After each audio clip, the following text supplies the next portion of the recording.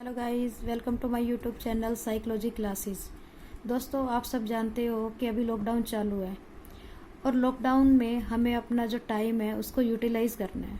Utilise हम उस time को कैसे करेंगे दोस्तों? हमारा कोई भी टीचिंग एग्ज़ाम है उसके लिए आपको सब लोगों को पता है कि साइकोलॉजी कितना इम्पोर्टेंट रोल प्ले करता है। साइकोलॉजी, सपोज करो आपने अभी सीटीईटी एग्ज़ाम देना है, तो उसमें आप क्या करोगे? साइकोलॉजी आप अच्छा कर लोगे, अभी इस टाइम को अच्छे से यूटिलाइज कर लोगे इस सब्जेक्ट को पढ़ने के लिए, तो उसमें सारे क्वेश्चन साइकोलॉजी का 30 मार्क्स का तो आता ही है। उसके अलावा जितने भी सब्जेक्ट के क्वेश्चन आते हैं उसमें हर एक में पेडागोजिकल जो क्वेश्चन आते हैं वो साइकोलॉजी बेस्ड रहते हैं। तो मैंने सोचा है कि हम आज से साइकोलॉजी क्लासेस शुरू करें। तो welcome to my YouTube channel psychology classes. तो दोस्तों, आज हम पढ़ेंगे एजुकेशन साइकोलॉजी। सबसे पहले दोस्तों, मैं आपको एजुकेशन के और साइकोलॉजी दोनों को अलग अलग डिफाइन करके बताऊंगी। आई होप आपको अच्छे से समझ में आ जाएगा और आप इसको अच्छे से अच्छा परफॉर्म करेंगे और अपना कोई भी टीचिंग एग्जाम है उसको क्रैक करेंगे। तो let me start here education psychology. दोस्तों, यहाँ पे मैंने वर्ड लिया है एजुकेशन साइकोलॉजी। सबसे पहले education psychology, it is formed by two words, education plus psychology. ये दो वर्ड से मिलकर बना है एजुकेशन और साइकोलॉजी। तो सबसे फर्स्ट मैं डिफाइन करूंगी यहाँ पे एजुकेशन। आपको एजुकेशन का मीनिंग बताऊंगी, यहाँ पे आपको साइकोलॉजी को बताऊंगी और एजुकेशन साइकोलॉजी होता क्या है वो मैं आपको यहाँ पे डिफाइन करूंगी। तो firstly we will discuss about here what is education. Education is further divided into two parts. It is formed by two words, E plus डोक्यू। ई मीन्स इनर और डोक्यू means to lead out. Means inner to lead out, हमारे अंदर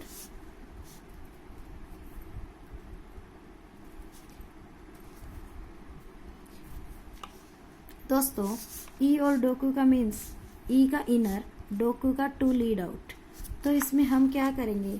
इसका कहने का मतलब ये है कि हमारे अंदर, जो मन के अंदर हमारे जो विचार है, अंतर्निहित भावनाएं हैं, उन सबको बाहर निकालना हमारा क्या कहलाएगा? एजुकेशन। तो ये हमारा क्या कहलाएगा? एजुकेशन। मैं आपको बता देती हूँ कि जो एजुकेशन वर्ड है, ये यदि पूछा जाए ये किसका शब्द है, तो जो एजुकेशन है ये तो एडुकेटम से बना है। एडुकेटम, इसका मीन्स है टू ब्रिंग आउट, या we can say here to lead out. To lead out.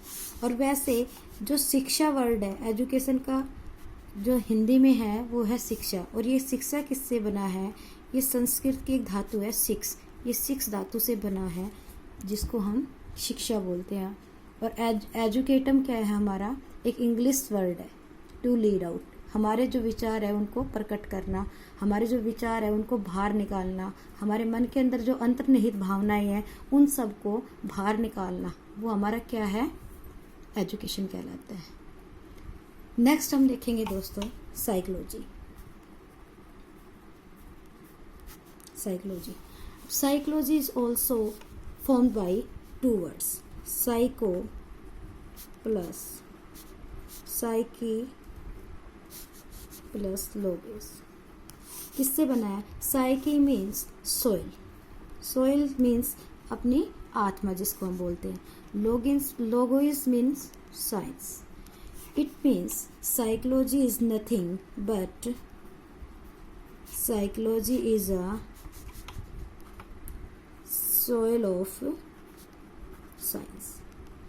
Psychologist ने कहा कि साइकोलॉजी क्या है? आत्मा का विज्ञान है। कई बार एक क्वेश्चन पूछ लिया जाता है टीचिंग एग्जाम में कि साइकोलॉजी वर्ड का सबसे पहले प्रयोग किसने किया? सबसे पहले किसने यूज किया था? रुडोल्फ गोइकिल। कई बार ये क्वेश्चन पूछा गया है रुडोल्फ गोइकिल। तो आपसे पूछे कि साइकोलॉजी का सबसे पहले यूज किसने किया? रुडोल्फ गोइकिल ने। ये कहाँ का था? ग्रीक साइकोलॉजिस्ट था ये। इन्होंने सबसे पहले साइकोलॉजी को यूज किया था, इस वर्ड का यूज किया था, साइकोलॉजी को सबसे पहले प्रयोग में लेकर आया था। कौन? रुडोल्फ गोइकिल। उसके बाद एक कई बार क्वेश्चन ये भी पूछ लेता है कि साइकोलॉजी के जनक कौन है? जनक कौन है भाई? अरस्तु। अरस्तु को क्या कहा जाता है? साइकोलॉजी का जनक कहा जाता है। तो दोस्तों ये दोनों क्वेश्चन मैंने आपको इसलिए बताया है, कई बार ये क्वेश्चन पूछा गया है कि इसका सर्वप्रथम यूज कहाँ पे किया गया, किसने इसको सबसे पहले लेकर आए और इसके जनक कौन है। तो जनक आए तो अरस्तु आप आंसर देंगे, और साइकोलॉजी को यूज सबसे पहले किसने किया? रुडोल्फ गोइकिल ने, जो एक ग्रीक साइकोलॉजिस्ट थे। Okay, let we start. ऐसे ही मैंने आपको बताया साइकोलॉजी सोल ऑफ साइंस। कई साइकोलॉजिस्ट ने कहा कि जो साइकोलॉजी है वो आत्मा का विज्ञान है। फिर कोई साइकोलॉजिस्ट आए जिन्होंने कहा कि जो साइकोलॉजी है वो क्या है? हमारी आत्मा का विज्ञान है। किसी ने कहा चेतना का विज्ञान है। फिर साइकोलॉजिस्ट आए, उन्होंने कहा कि मन का विज्ञान है। साइकोलॉजी क्या है? Psychology is science of mind. It is a science of mind, मन का विज्ञान है।